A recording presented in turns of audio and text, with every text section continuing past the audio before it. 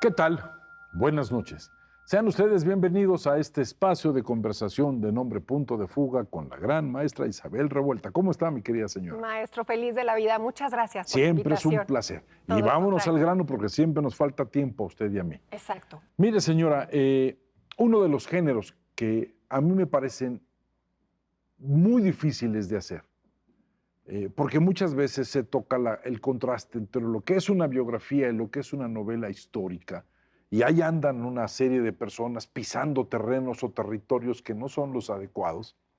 Eh, eh, el campo de pensamiento de un biógrafo se me hace prodigioso. ¿Por qué? Porque es un hombre notable hablando de otro hombre notable.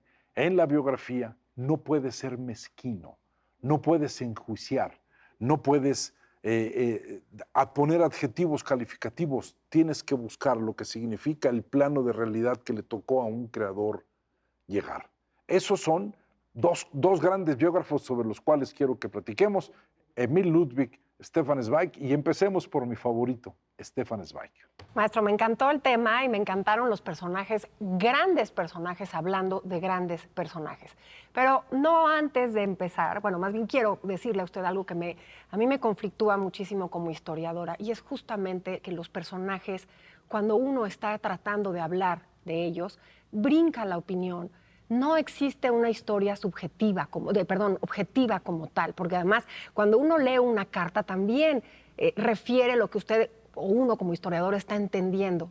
Pero estos personajes que en el siglo XX logran estas biografías tan importantes, maestro, están metidos su forma de ser, está metido el ADN de estos dos grandes escritores, porque incluso si uno los compara, son completamente distintos, a pesar de son que se muy dice contrastantes, muy pero señora, contrastantes, porque va yo cada quiero uno. decir, Ludwig y Zweig son artistas. Pues es que ahí viene la No son creación. historiadores, Ok, son grandes artistas claro. que ven a la historia como un pretexto para ver mundos y para ver pensamientos y universos adentro de otros universos. Absolutamente. Y este vienés, Stefan Zweig, que empieza a escribir sobre grandes hombres que esta Europa, vamos a situarnos en esa Europa de principios del siglo XX. Obviamente él pertenecía a una de las familias más refinadas, intelectualmente muy superior, digamos, a mucha gente en ese momento. Era parte de una nobleza intelectual, podemos decirlo así, de una familia judía ya secularizada porque no tenían este fervor religioso, y le va a tocar ver dos grandes acontecimientos brutales en Europa y además ser perseguido por ellos. El primero es la Primera Guerra Mundial, maestro. Nunca nadie imaginó que esa terrible guerra se iba a enlodar e iba a significar tanta muerte en esas trincheras, una juventud y una generación perdidas. Y por otro lado... Ahí quiero decirle nada más, Sí, sí, perdón que le maestro. No, interrumpa. ahí... Stefan Zweig dice un comentario que yo considero de grandes alturas. En una guerra nadie sale victorioso, pero la guerra más enigmática es la Gran Guerra, la Primera Guerra Mundial. Él la considera como la guerra que más destrozos hizo sobre Europa. Decía él, justo cuando en el siglo XIX, él lo escribe en un libro que se llama El Mundo de Ayer. En el siglo XIX, dice Stefan Zweig, está la ciencia caminando, la educación desarrollándose, la economía está estable. Cuando todo parece ordenado, no sabemos por qué de manera abrupta entra un impulso autodestructivo y a Europa se le entra la idea de tener que hacer una guerra. O sea, el mundo de ayer era grandioso, la Gran Guerra lo destroza, acaba con Europa, acaba con imperios, crea países y dice, esa es la guerra más destructiva que hay. Absolutamente. Entonces, bueno, ya estamos ahí con un personaje que además ese libro que usted menciona de lo de ayer le va a dar pie también a querer rescatar personajes también que en ese momento eran importantísimos para esa historia de Europa, para entender a eso que usted está hablando, maestro, que es los nuevos países, los nuevos. Si tomamos en cuenta que Alemania se funda en 1876, Italia también 1884, por ahí 89, eran relativamente nuevos, jóvenes países. Entonces, bueno, comparados con otros. No, los chinos dicen todos son jóvenes, menos nosotros. Exacto. Quieren hablar de antigüedad. Claro, lo que sucede en estos intelectuales, maestros, que quieren explicar algo que están metidos en esta gran licuadora.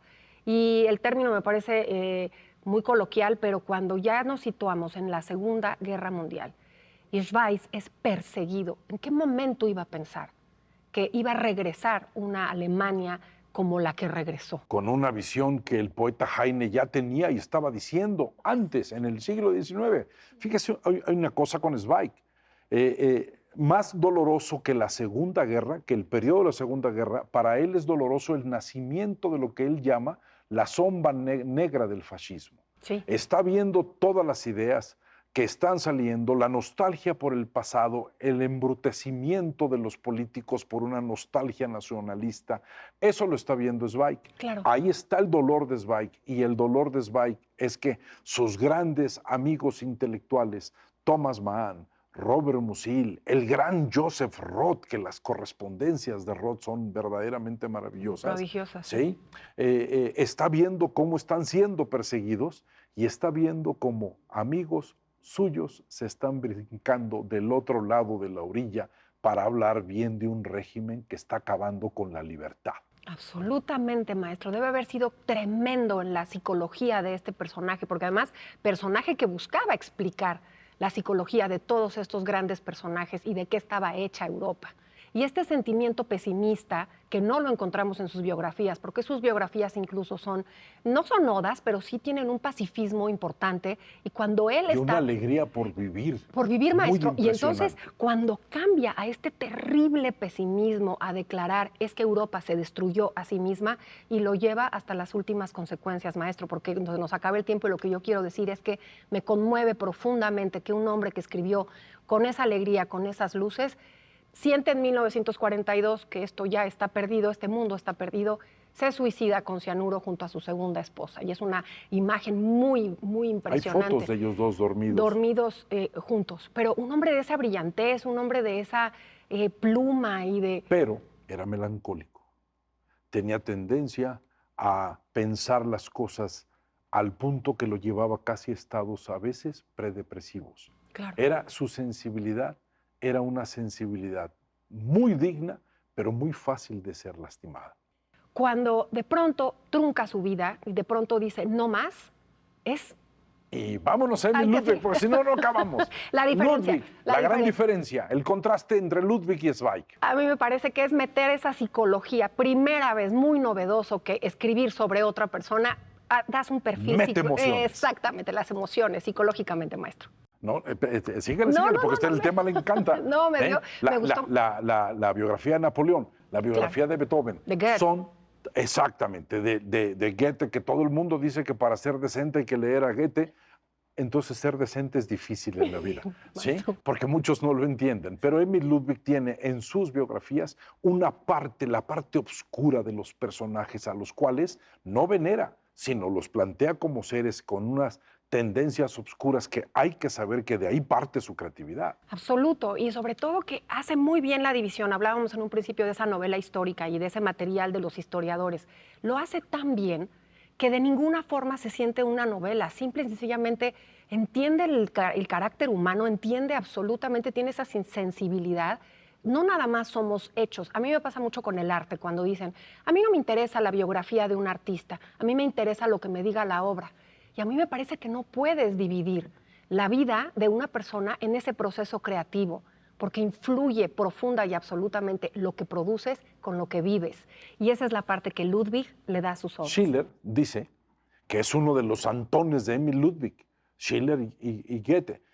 Schiller dice, hay dos tipos de artistas, el artista naif por el cual su obra dice todo y el artista sentimental, al cual hay que revisar la biografía del artista para entender su proceso creativo.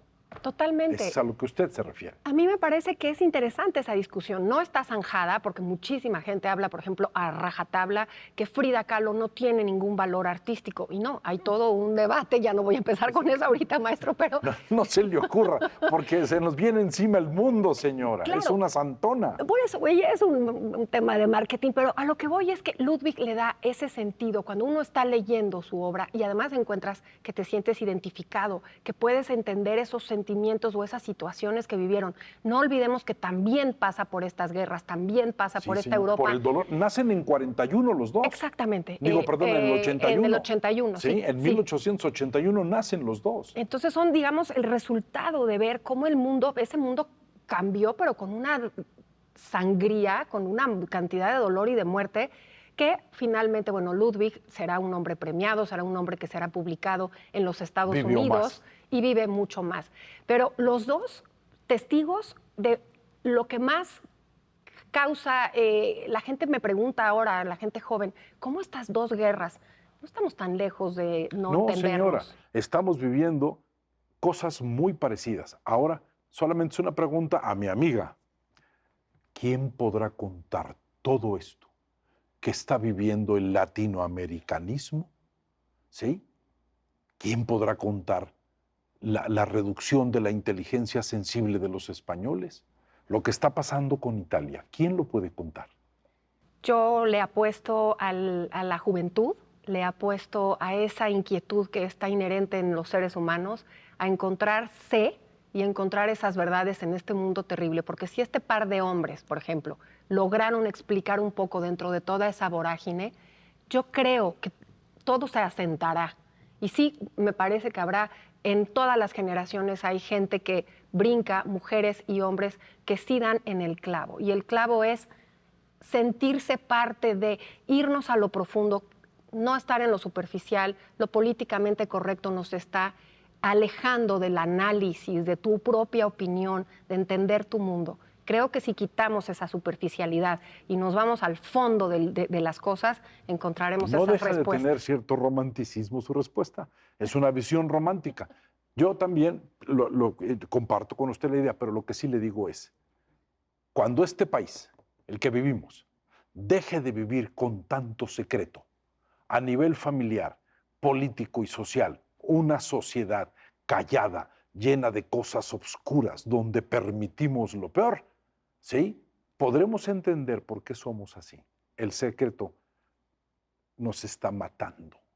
Está permitiendo que cualquier cosa, cualquier inmundicia, tenga relevancia.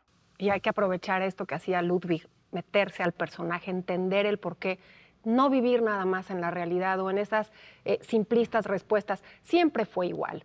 Otros eran iguales, porque lo que hacemos es no meternos y no entender ese proceso y de qué estamos hechos, porque aquí estamos todos y no entendemos muchas veces, maestro, que el tema político nos lleva a todos. Todos hemos delegado y que en tenemos otros. Una sola vida. Además. Y hay que saberla vivir de manera digna. Además, maestro, pues no hay que leer las vidas Señora, de estos grandes escritores, biógrafos. Muy amable, como siempre, escucharles es un gran placer. Al contrario, maestro, muchas gracias. Y solamente quisiera decir, hagamos una vida tan digna que después alguien pueda hacer una biografía interesante de lo que hemos hecho en nuestra existencia. Hacer algo que los demás quieran hacer, alguien como nosotros. Esa es nuestra obligación, la réplica. Hacer cosas arriba de nuestro miedo y jugar la dignidad. Señora, muchas gracias. Un gran placer. Gracias. Nos veremos aquí el próximo sábado en Punto de Fuga.